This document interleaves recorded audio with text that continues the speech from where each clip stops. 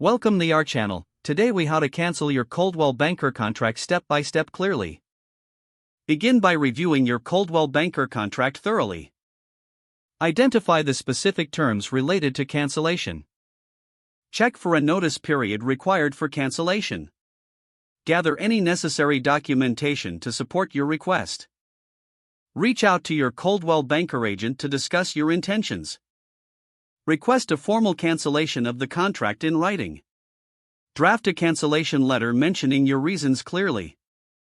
Include details such as your contract number and relevant dates. Send the cancellation letter via certified mail for proof of delivery. Keep a copy of the letter and any correspondence for your records. Follow up with your Coldwell Banker agent after a few days. Ensure you receive confirmation that your contract has been canceled. Address any outstanding obligations or fees before finalizing the cancellation.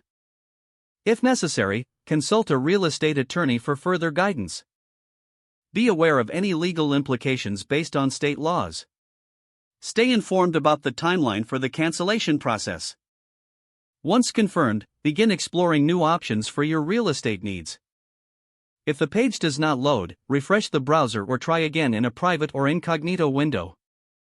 Make sure you are using the correct email address, then retype it carefully to avoid small typos. If your password is not accepted, use the reset option and create a new strong password you can remember. Check your spam folder for verification or security emails, then complete any requested confirmation steps.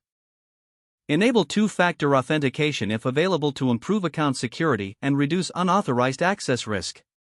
After signing in, review your profile details so your contact information and settings are accurate and current. If you see an error message, note it down and try again after restarting your device and internet connection. Log out when you finish, especially on shared devices, to keep your account and payment information secure. If the page does not load, refresh the browser or try again in a private or incognito window.